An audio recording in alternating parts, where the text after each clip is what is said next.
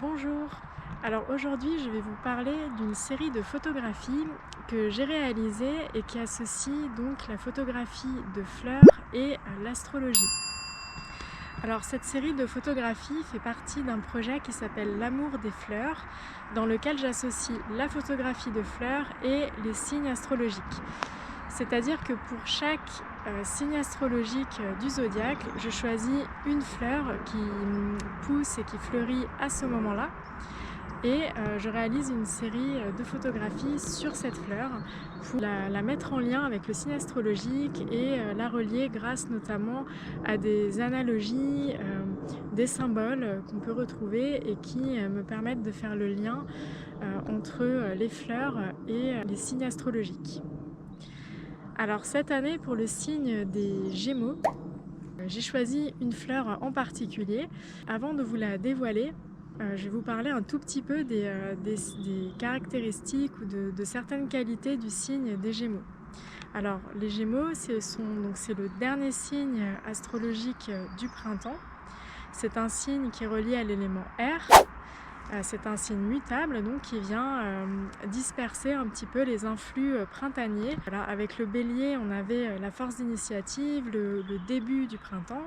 Avec le taureau, on avait donc la grande force de manifestation, de concentration, d'amour, la puissance donc concentrée du cœur du printemps.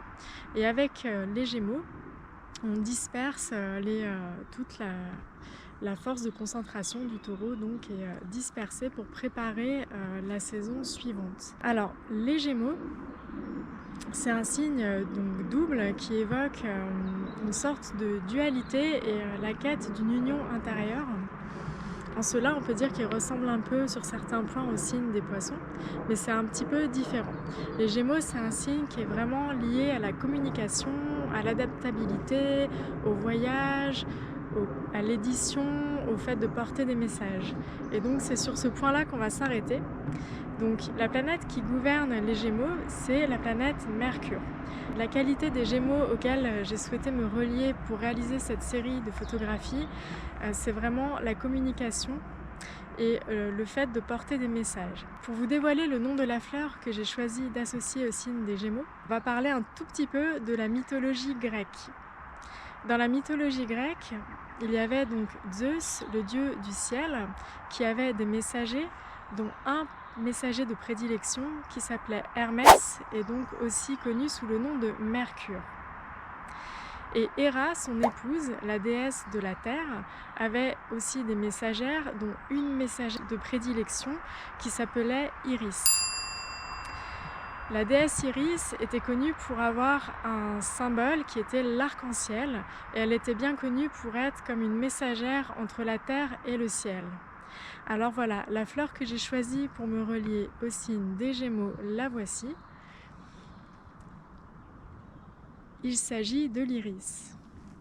J'ai choisi cette fleur donc grâce à la mythologie et à la symbolique qui, je trouve, va très bien avec le signe des Gémeaux, donc qui est un signe gouverné par Mercure, qui est vraiment lié à la communication, au fait de porter des messages, et aussi au côté multicolore. Vraiment, chaque signe astrologique est relié à une couleur, et le Gémeaux, c'est un signe qui est lié justement à l'arc-en-ciel, au côté multicolore. Donc, j'ai trouvé que la symbolique de la déesse Iris convenait parfaitement bien et c'est aussi cette symbolique qui a donné le nom, qui a permis de choisir le nom de la fleur Iris. Quand on regarde cette fleur, qui est vraiment très belle, on peut voir que il y a des pétales qui sont tournés vers le haut, qui forment comme un dôme.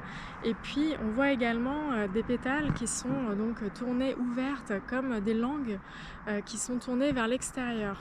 Et donc l'insecte va rentrer, on a vraiment l'impression qu'elle forme comme un dôme avec ses pétales du dessus et puis comme un tremplin, une sorte de langue vers l'extérieur avec ses pétales du bas. Et donc c'est ce qui en fait une fleur tout à fait magnifique et remarquable, c'est qu'on a l'impression qu'on peut rentrer dedans ou la traverser, que les insectes peuvent comme la traverser. En soi, c'est comme si elle avait un côté un peu comme une maison. Aussi, ce que j'ai trouvé intéressant donc dans l'iris que j'ai choisi, c'est sa couleur violette. Donc c'est une couleur qu'on a déjà vue avec d'autres fleurs comme le muscari. Mais voilà, la couleur violette est une couleur qui est assez reliée à la spiritualité, au chakra coronal. On- donc ça, je vous mettrai dans la description le lien vers des livres qui approfondissent ces sujets-là, notamment les couleurs en lien avec les chakras. Mais donc voilà, elle a une belle couleur violette qui peut évoquer la spiritualité, la méditation, la concentration, l'intériorité. Et en même temps, donc, elle a ces pistils qui sont donc jaunes, évidemment, jaune, orange, qui peuvent évoquer le soleil et la chaleur, le feu aussi intérieur. Donc voilà, les photos étaient réalisées avec un appareil photo plein format, un Canon 5D Mark IV et un objectif macro, le 100 mm macro à ouverture f2.8, donc un objectif macro très connu et tout à fait voilà, qui a fait ses preuves depuis longtemps. Je vous invite maintenant à découvrir la série de photographies sur la fleur d'iris dans le diaporama qui va suivre. Vous avez également quelques photographies de cette série qui ont été sélectionnées pour être imprimées en tirage d'art donc sur notre boutique Etsy, les Quêteurs d'Harmonie. N'hésitez pas à aller faire un tour, vous avez 20% de réduction sur les tirages d'art sur toute la boutique avec le code YouTube20. Donc voilà, bienvenue et bonne découverte des images.